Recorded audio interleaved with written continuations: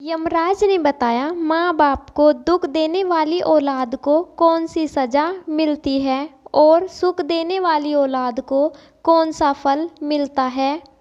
मित्रों, एक समय की बात है, देव मुनि नारद नारायण नारायण करते हुए आकाश मार्ग से सीधा यमलोक पहुँच जाते हैं।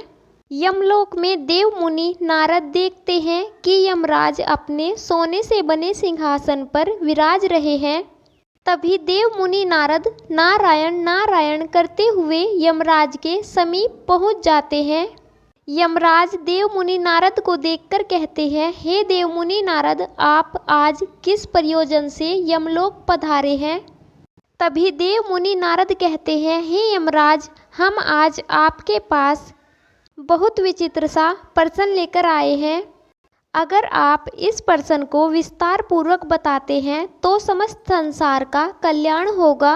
तभी यमराज कहते हैं, हे देव मुनि नारद, आप किस प्रश्न की बात कर रहे हैं, अति शीघ्र बताइए। अगर वह प्रश्न मनुष्यों के कल्याण हेतु होगा तो हम तुम्हें अवश्य बताएंगे। तभी देव मुनि नारद कहते हैं, हे धर्मराज, हमारा यह प्रश्न है कि संसार में अपने माता पिता को दुख देने वाली औलाद को कौन सी सज़ा मिलती है। तभी धर्मराज कहते हैं, हे देव मुनि नारद, यह तो मनुष्यों के लिए बहुत बड़ा महत्वपूर्ण प्रश्न है। मित्रों, यमराज देव मुनि नारद से कहते हैं, हे देव मुनि नारद, हम आपके प्रश्नों का उत्तर एक कथा के माध्यम से बताते हैं, लेकिन हम इस कथा को बताने से पहले आपको बता देते हैं कि जो लोग इस कथा को ध्यान लगाकर सुनते हैं उन लोगों के हम 32 अपराध क्षमा कर देते हैं तथा हमारे यमदूत उन्हें स्वर्ग में अतिशीघ्र डाल देते हैं। परंतु जो औलाद अपने माता पिता को दुख देती है उन्हें हम अत्यंत भयानक दंड देते हैं। वह औलाद हमारे रूप को देखकर थर थर काँपने लगती है और हमारे दूत ऐसी औलाद को बड़े बड़े नाखूनों से उनके जिस्म को नोचकर रक्त निकाल लेते हैं। उसके बाद उन्हें अनेकों वर्षों तक नरक की वैतारणी नदी में डाल दिया जाता है। मित्रों, तभी देव मुनि नारद यमराज से बोलते हैं कि हे धर्मराज, अब आप बस करिए, आप सजा को गिनाते गिनाते उस कथा को भूल जाएंगे। इसलिए हे धर्मराज, मैं आपसे आग्रह करता हूँ, आप अतिशीघ्र उस कथा को मुझे सुनाइए। मित्रों, तब यमराज कथा को सुनाना आरंभ करते हैं और कहते हैं, हे देव मुनि नारद, औलाद के लिए ईश्वर से भी बड़ा माँ बाप का ऋण होता है और उस ऋण को चुकाने की बजाय जो मनुष्य उनसे मुंह मोड़ लेते हैं, ऐसे मनुष्यों को हमारे नारायण देव कैसे क्षमा कर सकते हैं। नमस्कार दोस्तों, आप सभी लोगों से निवेदन है कि इस कथा को सुनने से पहले कमेंट बॉक्स में हर हर महादेव लिखकर वीडियो को लाइक करके चैनल को सब्सक्राइब करें, जिससे आप सभी लोग प्राचीन कथा और कहानियों से जुड़े रहे। मित्रों, फिर यमराज कहते हैं, हे देव मुनि नारद, प्राचीन समय की बात है, किसी नगर में गंगा मैया के किनारे एक मकान था। उस मकान में एक ब्राह्मणी और ब्राह्मण रहा करते थे।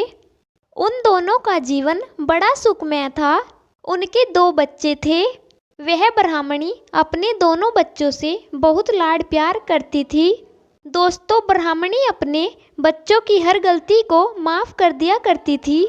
यह देखकर ब्राह्मण अपनी पत्नी को समझाया करता था। ब्राह्मण अपनी ब्राह्मणी से कहता है, आप हमारे बच्चों को ज़रूरत से ज़्यादा लाड प्यार ना करें। अगर आप उन्हें अधिक प्रेम करेंगी, हो सकता है वह बिगड़ जाए या हमारी इज्जत करना बंद कर दे। तब ब्राह्मणी कहती है, हे पतिदेव, हमारे बच्चे कभी कोई गलत काम नहीं करेंगे और कभी हमें छोड़कर नहीं जाएंगे। तब ब्राह्मण अपनी पत्नी से कहता है, हे प्रिय, आप ऐसे नहीं समझोगी। मित्रों, ब्राह्मण अपनी पत्नी से कहता है कि मैं आपको एक कहानी के माध्यम से समझाता हूँ। ब्राह्मणी कहती है, हे पतिदेव, मैं तैयार हूँ, आप अपनी कहानी प्रारंभ करिए, मैं ध्यान लगाकर आपकी इस कहानी को सुनूंगी। तब ब्राह्मण अपनी कथा प्रारंभ करता है कि हे प्रिय, एक नगर की बात है। उस नगर में 2 दंपत्ति रहा करते थे। उनका सिर्फ एक बेटा था और कोई भी संतान नहीं थी।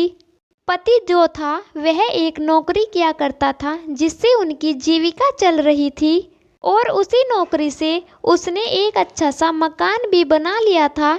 बड़े आनंद से उन तीनों प्राणियों का जीवन कट रहा था। मित्रों, आगे ब्राह्मण कहता है कि धीरे धीरे समय गुजरता गया। एक दिन ऐसा आया कि उस स्त्री का जो पति था उसका देहांत हो गया। उस परिवार को चलाने वाला जो मुखिया था वह दुनिया छोड़कर चला गया। मित्रों, कहते हैं कि मृत्यु तो अटल सत्य है, एक ना एक दिन सभी की आती है। पर जब मृत्यु ऐसे वक्त पर आ जाती है तब बड़ा दुख होता है। मनुष्य अपनी जिम्मेदारियों को निभाकर जब जाता है तो तब इतना दुख नहीं होता, लेकिन जब वह बीच मंझदार में परिवार को छोड़कर जाता है तब बहुत दुख होता है। ब्राह्मण आगे अपनी पत्नी से कहता है कि हे प्रिय, उस सुहागन स्त्री की जिंदगी एक विधवा के रूप में बदल गई। उसके जीवन में अंधेरा ही अंधेरा हो गया। चारों तरफ देखती थी तो उसे कुछ नजर नहीं आता था। उसके मन में विचार थे कि अब क्या करूं? क्या मैं भी इस दुनिया को छोड़कर चली जाऊं? फिर उसने अपने छोटे से बच्चे को देखा और सोचा कि मेरे बिना इस दुनिया में इसका कोई नहीं। मुझे ना चाहते हुए भी अपने बच्चे के लिए जीना होगा। दोस्तों, अब तो उसने अपने बच्चे पर आस लगाई। विचार किया कि हम अपने बच्चे को पढ़ा लिखा कर कामयाब बनाएंगे और पढ़ लिख कर जब उसकी नौकरी लग जाएगी तब हमारी दुख भरी जिंदगी सुख में बदल जाएगी। और जब हमारा बेटा जवान हो जाएगा, उसका किसी अच्छी लड़की से विवाह हो जाएगा, तो वह हमारे लिए एक बहू ले आएगा। बहू हमारा खूब ख्याल रखेगी, खूब सेवा करेगी, तब हमारे जीवन में फिर से सुख लौट आएंगे। मित्रों, ब्राह्मण आगे कहता है कि हे प्रिय, यह विचार करने के बाद मैं वह माँ अपने बच्चे की अच्छे से देखभाल करने लगती है। वह इधर उधर काम करके अपने बच्चे की स्कूल की फीस भरती थी। पति जो पैसा छोड़कर गया था वह पैसा थोड़े दिन के बाद समाप्त हो गया था। फिर घर का सारा भार उस दुखियारी पर आ गया। वह बेचारी दूसरों के घरों में काम करती थी। उनसे जो पैसे मिलते थे उसी से अपना और अपने बेटे का खर्चा चलाती थी। उसने कभी भी अपने बेटे के जीवन में कोई कमी नहीं होने दी। वह अपने लिए कभी भी कपड़े नहीं खरीदा करती थी। फटे पुराने कपड़ों से ही काम चला लिया करती थी, पर अपने राजा बेटे के लिए नए नए कपड़े लाती रहती थी। उसने हजारों दुख उठाए, दूसरों के घरों में जाकर झाड़ू पोछा किया, और कुछ भी तो उसके पास नहीं था, केवल एक मकान ही तो था। अब वह मकान कहाँ तक रोटी देता, इसलिए उसने दूसरों के घरों में जाकर झाड़ू पोछा करना शुरू कर दिया। जैसे तैसे करके अपने बच्चे की परवरिश करती रही। मित्रों, ब्राह्मण आगे कहता है कि हे प्रिय, पढ़ते लिखते वह बच्चा बड़ा हो चला। धीरे धीरे वह बच्चा जवान हो गया, और जब बच्चा जवान हो गया तो उसने इतनी मेहनत से पढ़ाई करी कि सारी डिग्रियां उसे प्राप्त हो गई। धीरे धीरे करके उस लड़के ने उसी नगर में एक नौकरी ढूंढ ली। सोचा कि मेरी माँ ने दूसरों के घरों में जाकर झाड़ू पोछा कर कर मुझे पढ़ाया लिखाया है। अब जब मैं कुछ करूँगा तो मेरी माँ का बोझ भी हल्का हो जाएगा। मित्रों, आगे ब्राह्मण कहता है, हे प्रिय, बच्चा जब नौकरी करता है, इधर माँ धीरे धीरे बूढ़ी हो चली आ रही थी। इसी तरह कुछ दिन व्यतीत हुए। एक दिन उस बेटे ने क्या देखा, जिसका नाम राहुल था। उस राहुल ने सोचा कि यहाँ के मुकाबले परदेश में बहुत अच्छे पैसे मिलते हैं, क्यों ना मैं परदेश में कोई नौकरी करूँ। यदि वहाँ मैं कोई नौकरी करूँगा तो जल्दी ही बहुत बड़ा आदमी बन जाऊँगा। ब्राह्मण आगे अपनी पत्नी से कहता है, हे प्रिय, अब तो राहुल अपनी माँ से कहता है कि हे माँ, मैं परदेश में नौकरी करने जा रहा हूँ, तुम मुझे आज्ञा दे दो। वहाँ जाकर मैं कुछ दिन तक काम करूँगा, उसके बाद मैं तुम्हें भी यहाँ से ले जाऊँगा। आप तब तक यहीं रहकर अपना ख्याल रखना और मैं जल्दी ही वहाँ से लौट कर आऊँगा और तुम्हें ले जाऊँगा। मित्रों, माँ की इच्छा बिल्कुल नहीं थी कि वह उसे छोड़कर परदेश जाए, क्योंकि बुढ़ापे में वही उसका एक सहारा था। माँ ने उसे मना किया तो बेटा कहने लगा, नहीं माँ, तू चिंता मत कर, मैं बहुत सारा पैसा कमाऊँगा और उसके बाद ही मैं घर आऊँगा और फिर आकर मैं अपना विवाह करूँगा। तब तुम्हें किसी बात का कोई दुख नहीं रहेगा कि फिर हम दोनों मिलकर तुम्हारी खूब सेवा किया करेंगे। मित्रों, फिर ब्राह्मण अपनी पत्नी से कहता है, हे प्रिय, अपने बच्चे के भविष्य के सुंदर सपने देखने वाली माँ ने ज़्यादा मना करके उसका दिल नहीं तोड़ा। माँ ने उसे जाने की आज्ञा दे दी और बेटा अपनी माँ को छोड़कर उसी दिन परदेश को चला गया। वहाँ जाकर नौकरी करता। कुछ ही दिनों में उसने खूब पैसा कमाया। पैसों की चकाचौंध में वह अपनी माँ को भूल गया। वह यह भूल गया कि उसकी बूढ़ी माँ हजारों किलोमीटर दूर उसके आने की प्रतिज्ञा कर रही है। मित्रों, ब्राह्मण आगे अपनी पत्नी से कहता है कि हे प्रिय, बेटे के अलावा उसका इस दुनिया में था ही कौन। बेटा ही उसकी सबसे बड़ी खुशी था, वही उसके जीने की उम्मीद था, वरना वह मर तो तभी गई थी जब उसका पति दुनिया छोड़कर चला गया था।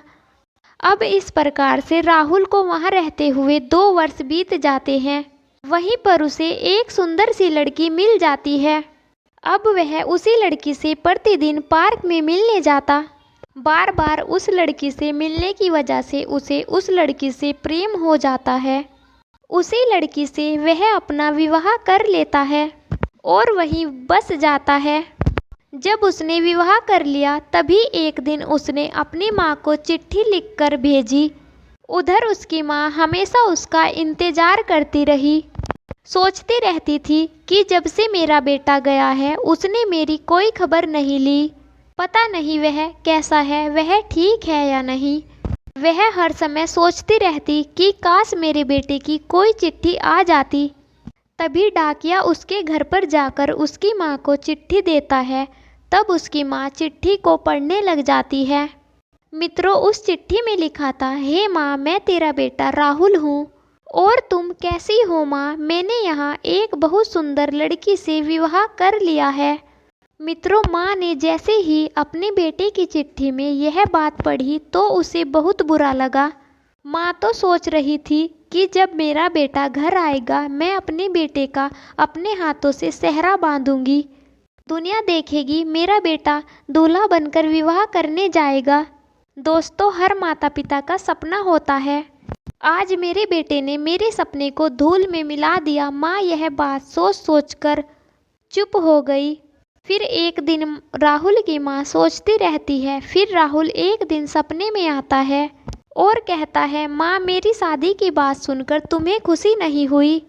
माँ कहने लगी, नहीं बेटा, ऐसी कोई बात नहीं है, तुम्हारी खुशी में ही मेरी खुशी है।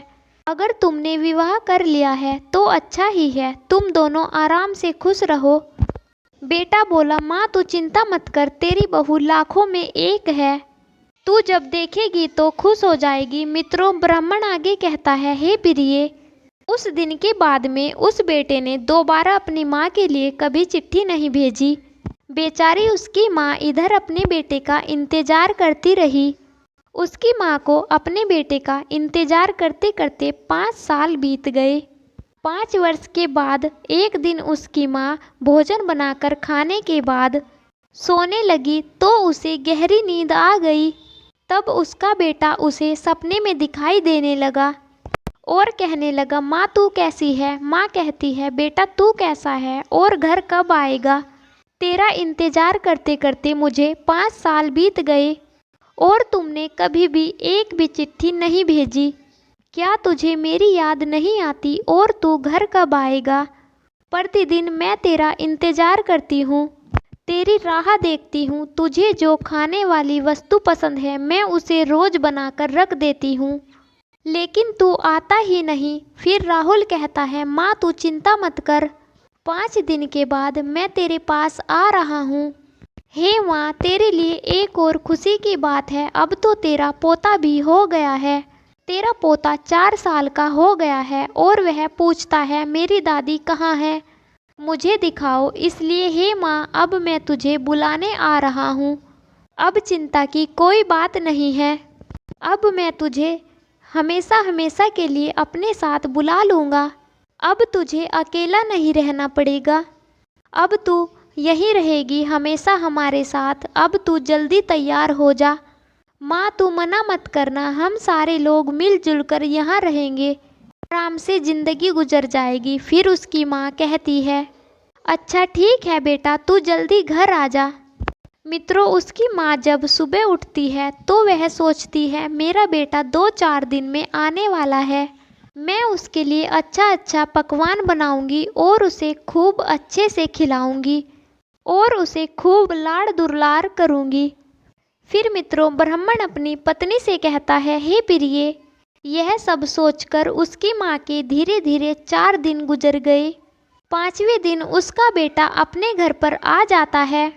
उसकी माँ उसे देखकर सीने से लगा लेती है और उसे घर के अंदर ले जाती है और उसे खाना पीना खूब खिलाती है और उसके बाद दोनों घर के अंदर खूब सारी बातें करते हैं। उसकी माँ कहती है, बेटा मैं एक बात कहूँ, बुरा ना मानो तो। बेटा कहता है, माँ कहती है, बेटा तूने पैसा तो बहुत कमा लिया, अब बहू और पोते को यहीं पर बुला लो, मेरे पास यहीं पर रहो, मिलजुल कर रहेंगे। तब बेटा कहता है, नहीं माँ, यहाँ पर रहकर मैं क्या करूँगा, वहीं पर मेरी अच्छी खासी नौकरी है। माँ, अब तू एक काम कर, चलने की तैयारी कर, 2-4 दिन में चलते हैं और अपनी बची कुची ज़िंदगी वही अपने बहू और पोते के साथ गुजारना। अच्छा ठीक है, यह बता, तेरे उस प्रदेश में मंदिर नहीं है? मुझे रोज़ मंदिर भी जाना है भगवान की पूजा करने के लिए। बेटे ने कहा, हाँ माँ, मंदिर भी है, अपने घर से थोड़ी ही दूर मंदिर है। तेरी बहू गाड़ी भी चला लेती है, वह तुझे रोज़ मंदिर घुमा लाया करेगी, वहाँ तुझे किसी प्रकार की कोई तकलीफ़ नहीं होगी, तू बस मेरे साथ चल। तो माँ, तू देखना वहाँ पर तुझे कितना अच्छा लगता है। बेटे के बार बार कहने पर माँ भी परदेश जाने के लिए तैयार हो जाती है। मित्रों, फिर ब्राह्मण अपनी पत्नी से कहता है, हे प्रिय, दूसरे दिन राहुल की माँ ने भोजन बनाया और दोनों ने साथ मिलकर खाया। फिर राहुल ने कहा, माँ, अब सब कुछ तो हो गया, मेरे पास भी ज़्यादा समय नहीं है, मैं तो तुझे यहाँ से लेने आया हूँ, तू जल्दी तैयार हो जा, तब तक मैं किसी बड़े सेठ के पास में जाता हूँ और इस मकान को बेचने की बात करता हूँ। मित्रों, जब माँ ने अपने बेटे के मुख से मकान को बेचने की बात सुनी तो उसके हृदय में ऐसा धक्का लगा, उसे एकदम से अपने पति की याद आ गई और आंखों में आंसू भर गए और कहने लगी, बेटा तू मकान बेचकर क्या करेगा? यह तो तेरे पिता ने बड़ी मेहनत से बनाया था, इसमें एक एक ईंट तेरे पिता की मेहनत की कमाई की लगी है, उन्होंने बड़ी मेहनत से इस घर को बनाया था और तू इसे बेचने की बात कर रहा है। बेटा कहता है, माँ तू कैसी बात कर रही है, जब हम परदेश चले जाएंगे तो दोबारा यहाँ लेने क्या आएंगे, फिर इस मकान की क्या ज़रूरत है, हमारे जाने के बाद इसकी देखभाल कौन करेगा, हमें इस गांव में रहना ही नहीं है तो मकान छोड़कर क्या फ़ायदा होगा, तो फिर इस मकान का क्या करेंगे, इसे बेच ही देते हैं। फिर उस माँ ने विचार किया कि बेटा ठीक ही तो कहता है, जब दोबारा आना ही नहीं है तो मकान की देखभाल कौन करेगा। यह सोच कर के माँ भी मकान बेचने के लिए राजी हो जाती है। माँ ने कहा, बेटा तेरी जैसी इच्छा है तू वैसा कर। लेकिन दोस्तों, उस माँ की आंखों से आंसू निकल रहे थे। बेटा तो सेठ जी के पास चला जाता है, इधर वह माँ अपनी आंखों से आंसू बह रही थी, अपने दरवाजे के पास बैठकर रो रही थी, अपने मन में सोच रही थी कि मेरे पति ने यह मकान बड़ी मेहनत से बनाया है। फिर वह जाकर मकान की दीवारों पर हाथ फेरती और आंखों से आंसू निकलने लगते। और सोच रही थी कि हमारा बेटा इसे बेच देगा और हमें लेकर परदेश जा रहा है। मित्रों, तब तक क्या होता है, एक सेठ को लेकर उसका बेटा आता है और उस मकान को बेच देता है। पैसों को लेकर के अपनी माँ से कहता है, माँ तू अब जल्दी से तैयार हो जा, तेरा पोता तुझे मिलने के लिए इंतजार कर रहा है। मित्रों, आगे ब्राह्मण कहता है, हे प्रिय, जब अपने पोते के बारे में सुना तो वह माँ छटपटाने लगी। मित्रों, ब्राह्मण कहता है कि हर माँ बाप के लिए मोल से अधिक प्यारा ब्याज होता है। वह माँ कहती है कि बेटा मुझे जल्दी ले चल, मेरे पंख नहीं है, नहीं तो मैं पंखों से उड़कर जल्दी जल्दी वहाँ पहुँच जाती। मित्रों, फिर राहुल अपनी माँ से कहता है, माँ तू टेंशन मत ले, तू 2 दिन में अपने पोते के पास पहुँच जाएगी। अब तू यहाँ खड़ी खड़ी देर मत कर, जल्दी तैयार हो जा। वह माँ अपने बेटे के साथ जाने के लिए तैयार हो जाती है। अब तो वह माँ अपने बेटे के साथ स्टेशन पर पहुँच जाती है। तब बेटा कहता है, माँ तू यहीं पर रुक, मैं टिकट लेकर आता हूँ। तब स्टेशन पर चलते हैं। फिर मित्रों, अपनी माँ को छोड़कर वह लड़का चला जाता है। इधर माँ इंतजार करती है, हमारा बेटा आता ही होगा, बेटा टिकट लेने गया है। दोस्तों, 2 घंटे इंतजार किया, 3 घंटे हो गए, धीरे धीरे 5 बज गए, मगर उसका बेटा अभी तक नहीं लौटा। इधर उस माँ से रुका नहीं गया और स्टेशन पर जाने लगी। तभी उसे एक मुसाफिर मिला। उस मुसाफिर से माँ कहती है, हे मुसाफिर, आपने मेरे बेटे को देखा है? फिर वह मुसाफिर कहता है, माँ जी आपके बेटे का क्या नाम है? माँ कहती है, मेरे बेटे का नाम राहुल है। वह मुसाफिर कहता है, माँ जी आपका बेटा तो कब का ट्रेन में बैठकर चला गया। दोस्तों, जब राहुल की माँ ने यह खबर सुनी तो उसके हृदय में धक्का सा लगा और गला सूख गया, आंखों से आंसू बहने लगे और सिसक सिसक कर रोने लगी। और वह माँ सोचने लगी, वारे मेरे लाल, तू आज मुझे धोखा देकर चला गया। तूने मुझे नहीं, अपने आप को धोखा दिया है। तूने मेरे पति की मेहनत का बना हुआ घर भी बेच दिया और मुझे कहीं का नहीं छोड़ा। मुझे दर दर की ठोकरें खाने के लिए तू छोड़ गया। अब मैं कहाँ जाऊँगी? मित्रों, वह दुखियारी माँ रोती हुई लौटकर अपने घर की ओर को चल दी। उसके पास पैसे तो नहीं थे जो रिक्शा में बैठकर आ जाती। वह पैदल पैदल चलती हुई 2 दिन में अपने घर आती है और घर के सामने भूखी प्यासी बैठ जाती है। उस माँ का हृदय पीड़ा से फटा जा रहा था। फिर वह मकान मालिक आता है और उस माँ से बोलता है, तू यहाँ बैठकर क्या कर रही है? यह मकान अब तेरा नहीं रहा, यह हमने खरीद लिया है, अब यहाँ से जाओ। मित्रों, फिर वह बूढ़ी माँ उसे पूरी बात बताती है और कहती है, अब मेरा इस दुनिया में कोई नहीं है, मैं इस द्वार को छोड़कर नहीं जाऊंगी, मैं इसी द्वार पर अपने प्राण त्याग दूंगी। तुमने मेरा मकान ले लिया, कोई बात नहीं, मैं तुम्हारे घर के अंदर नहीं जाऊंगी, लेकिन मैं बाकी ज़िंदगी इसी द्वार पर रहकर गुजार दूंगी। मुझे विश्वास है कि मेरा बेटा एक दिन ज़रूर आएगा। मित्रों, वह मकान मालिक बड़ा ही दयालु था। बूढ़ी माँ की बात सुनकर वह गुस्से से भर गया। मकान मालिक ने बूढ़ी माँ के जब इतने शब्द सुने तो उसने उसे दोनों हाथों से पकड़ लिया और कहता है, हे माँ, तू आज के बाद इस द्वार पर नहीं रहेगी, तू अंदर चल, मकान में कई कमरे हैं, एक कमरा मैं तेरे नाम का करता हूँ, आराम से रह। मित्रों, आगे यमराज देव मुनि नारद से कहते हैं, हे देव मुनि नारद, जब उस माँ ने उस मकान मालिक के इतने शब्द सुने तो उसने उस मकान मालिक को गले लगा लिया और कहने लगी, बेटा अपने पराये हो गए और पराये अपने हो गए। इस कलयुग की संतान कैसी है? जो अपना खास होता है वह छोड़ देता है और जो पराया होता है वह अपना लेता है। जिसे मैंने अपने खून से सींचा था वह मुझे धोखा देकर चला गया, जिसे मैं जानती भी नहीं वह मेरा सहारा बन गया। माँ उस मकान मालिक को आशीर्वाद देने लगती है, मेरे बेटे तू जुग जुग जिए, हमारा तो खून हमें छोड़कर चला गया, लेकिन तूने मुझे अपना लिया। कहते हैं इस दुनिया में अपने पराये हो जाते हैं और पराये अपने बन जाते हैं। यह बात सुनकर के मकान मालिक कहने लगा, माँ तू कैसी बात कर रही है, एक कमरा तो दूर की बात, मैं यह पूरा मकान ही तेरे नाम करता हूँ। फिर वह माँ को लेकर के अंदर जाता है। बूढ़ी माँ उसी मकान में रहने लगती है। मकान मालिक उसकी खूब सेवा करता है। फिर यमराज कहते हैं, हे देव मुनि नारद। कुछ समय के बाद में वह माँ अपने प्राणों को त्याग देती है और हमेशा के लिए इस दुनिया से चली जाती है। उस मकान मालिक ने अपनी माँ की तरह उसका अंतिम संस्कार किया।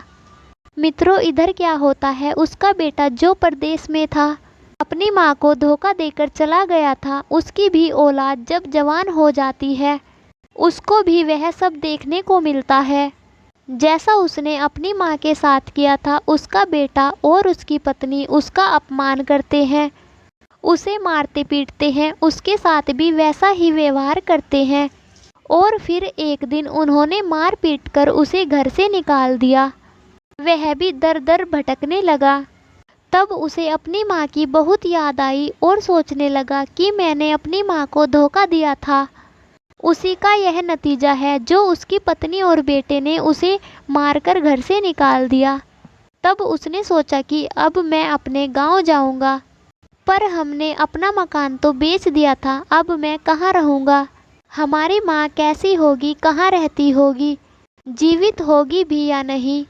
अगर जीवित होगी तो मैं अपनी माँ के चरणों में गिरकर उनसे क्षमा मांग लूँगा। मैंने तो उसे रेलवे स्टेशन पर छोड़ा था, मेरी माँ मुझे ज़रूर क्षमा कर देगी। अब मैं उसे कहाँ ढूँढूँगा? वह अपने गांव में आता है और वहीं पहुंच जाता है जहां उसका पुराना मकान था, और आकर के पड़ोसियों से पूछता है, मेरी माँ कहाँ है? तब पड़ोसी बताते हैं, तेरी माँ तो बहुत समय पहले ही दुनिया को छोड़कर चली गई है। तब सब लोग उसके ऊपर बार बार थूकने लगते हैं और कहते हैं, तेरे जैसे बेटे पर धिक्कार है, परमात्मा तेरे जैसी औलाद किसी को ना दे। अब तो वह और भी ज़्यादा बुरी तरह से रोता है। उसके जीवन में रोने के अलावा कुछ नहीं बचा था। मित्रों, आगे यमराज कहते हैं, हे देव मुनि नारद, यह सच है कि जो अपने माता पिता को रुलाता है वह खुद भी सुखी जीवन नहीं जीता। कहते हैं कि चाहे अपने माता पिता से लड़ लेना, लेकिन अपने माता पिता को कभी छोड़कर नहीं जाना, उन्हें कभी नहीं रुलाना। यदि आप अपने जीवन दाता को ही रुलाओगे तो तुम्हारे जीवन में सुख शांति कभी नहीं आएगी। तुम्हारी औलाद भी तुम्हारे साथ वैसा ही व्यवहार करेगी जैसा तुमने अपने माता पिता के साथ किया। यह तो बदला है। यदि तुम अपने माँ बाप की सेवा करोगे तो तुम्हारी औलाद भी तुम्हारी सेवा करेगी। जीवन में चाहे कितने भी ऊंचे उठ जाना, लेकिन अपने दिल के कोने में अपने इन भगवानों का स्थान जरूर बनाकर रखना। आगे यमराज कहते हैं, हे देव मुनि नारद, माता पिता औलाद के भगवान होते हैं। जिसने जीवन भर अपने माता पिता का स्थान अपने दिल में बनाकर रखा और अपने माता पिता की बुढ़ापे में सेवा की, उस औलाद को हमारे दूत शीघ्र ही स्वर्ग लोक में डाल देते हैं।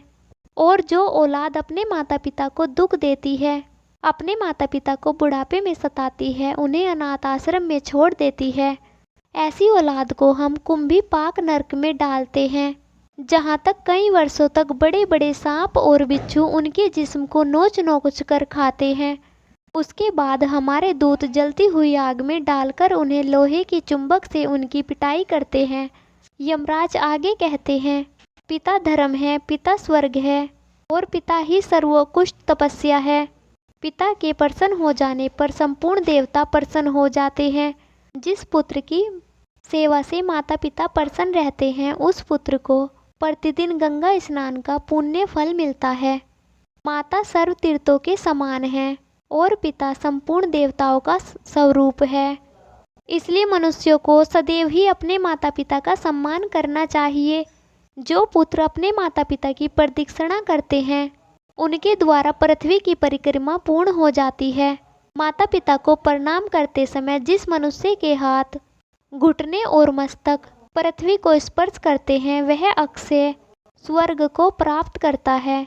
जब तक माता पिता के चरणों की धूल पुत्र के मस्तक और शरीर में लगती रहती है, तभी तक वह शुद्ध रहता है। जो पुत्र अपने माता पिता के चरणों का जल पीते हैं, उनके करोड़ों जन्मों के पाप नष्ट हो जाते हैं। दोस्तों इस प्रकार से यमराज ने देव मुनि नारद को बताया कि अपने माता पिता को दुख देने वाली औलाद को कौन सी सजा मिलती है और सेवा करने वाले पुत्र को कौन सा फल मिलता है। उम्मीद करती हूँ कि आप लोगों को यह कथा पसंद आई होगी। वीडियो को पूरा देखने के लिए आप सभी लोगों का धन्यवाद। कमेंट बॉक्स में जय श्री राधे कृष्णा अवश्य लिखिएगा। वीडियो को लाइक करिएगा, चैनल को सब्सक्राइब करिएगा। फिर मिलते हैं ऐसे ही और एक कहानी के साथ।